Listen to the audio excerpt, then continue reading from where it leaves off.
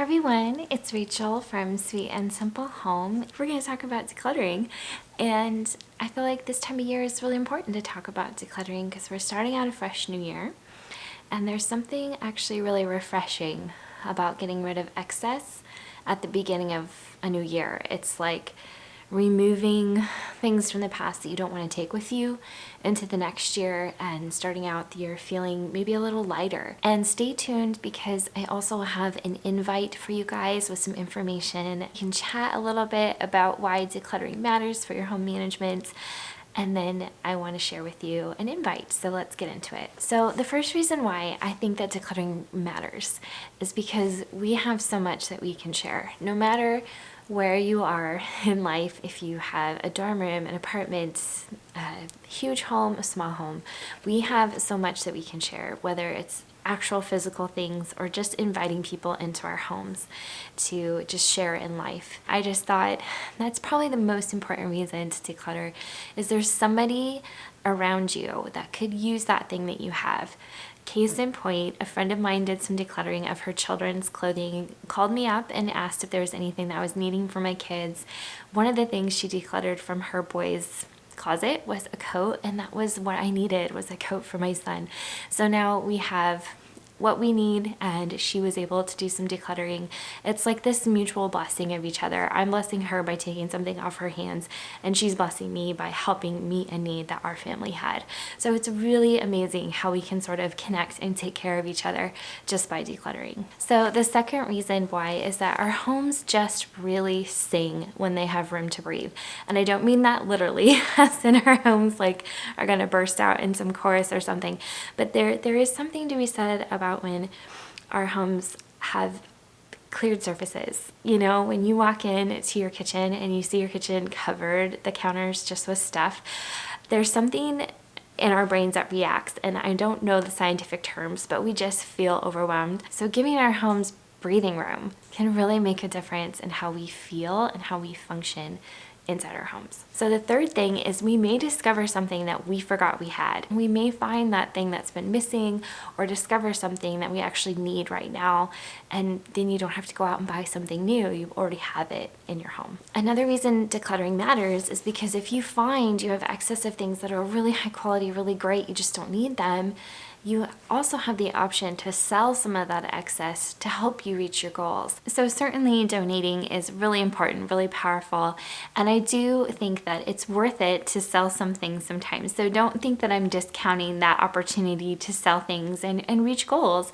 My husband and I shared with you all that we paid off our debts last year, and it was so exciting, and selling off extra things really did help us in reaching that goal. Having a goal and being able to work towards that goal is really helpful also in decluttering your home. So the fifth and final reason I feel like decluttering is important is because if you have less stuff, you have less to clean. It gives you more time as well, because the less time you spend cleaning, the more time you can do things that you actually really value doing, like having coffee with a friend or inviting people over for dinner. If you have less stuff, those sorts of activities feel more manageable because you have less to clean, but you also have more time because you're spending less time cleaning to do things that really matter. So I hope that was helpful to you all to hear why I think decluttering matters.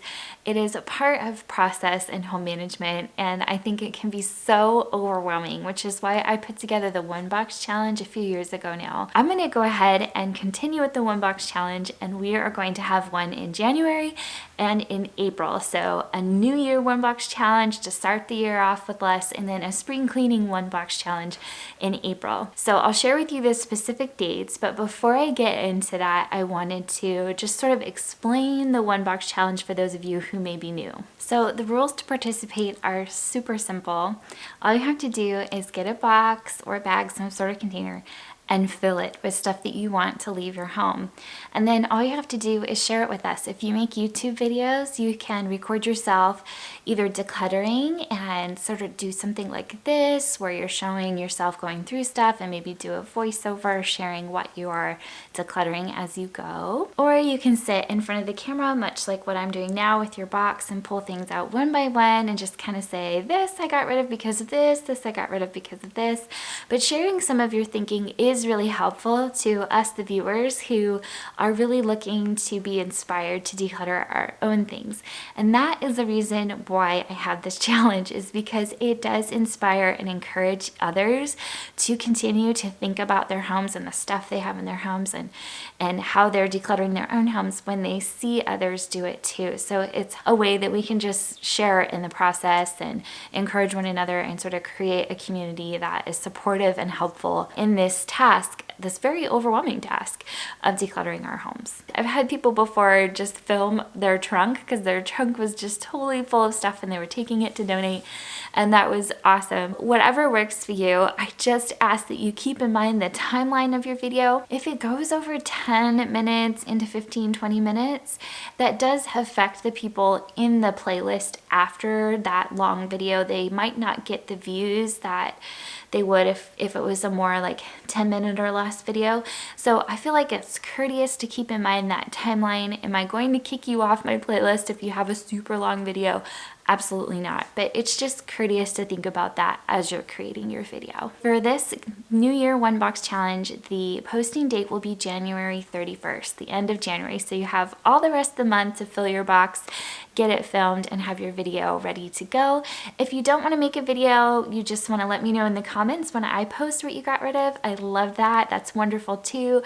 You can also post to Instagram and use the hashtag OneBoxChallenge. That's a great way for me to see it as well. Especially if you tag me, I'll get to see what you got rid of too. So I will be posting at 6 a.m. Pacific Standard Time.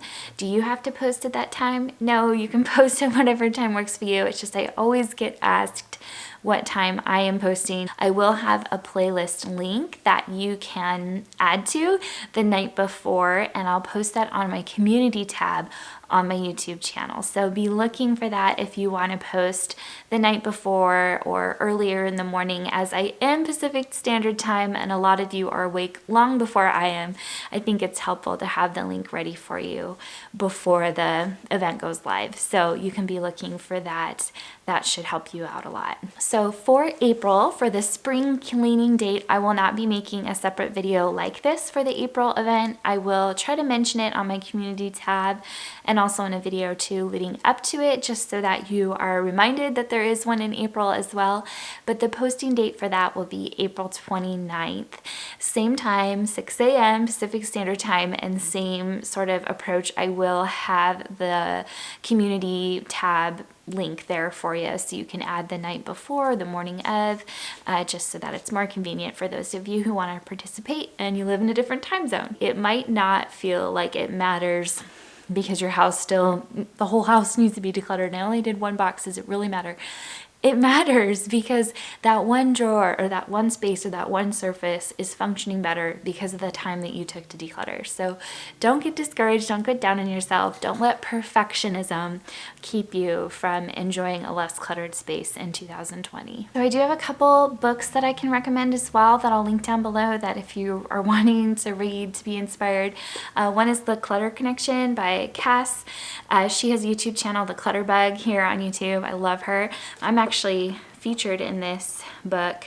She has no idea I'm talking about this and I don't get paid at all for this, but let me find, oh, here it is. This is the shelf that's in my kitchen, and so that's fun that I'm in here, but she has a lot of really great tips and advice, and her YouTube channel is awesome. So The Clutter Bug, I recommend that. And I also recommend a book by Melissa Michaels called Make Room for What You Love. I actually lent this book to someone else, so I don't have it physically to show you, but I do love that book as well. It was so inspirational to me in that huge declutter I did 3 or 4 years ago. So I hope that's helpful to you guys. I'll also link below to a couple videos I've done in the past, just specific decluttering tips that can maybe be a resource for you as well. So you can find all of that in the description box down below. Thanks so much, you guys, for watching and taking time out of your busy day to join me here at the Sweet and Simple Home. If you're new here, I hope you will subscribe. I love making my home beautiful little by little. Simple projects, simple tasks, lots of thrifted items, and lots of love. That's what I do. And if you love that too, I hope you will hit that red subscribe button and the little bell to get notifications when I have new content. So happy decluttering, everyone. I wish you all the best. I can't wait to see you back on January 31st and again in April for our One Box Challenge. You all take care, and I'll be back with more soon. Bye.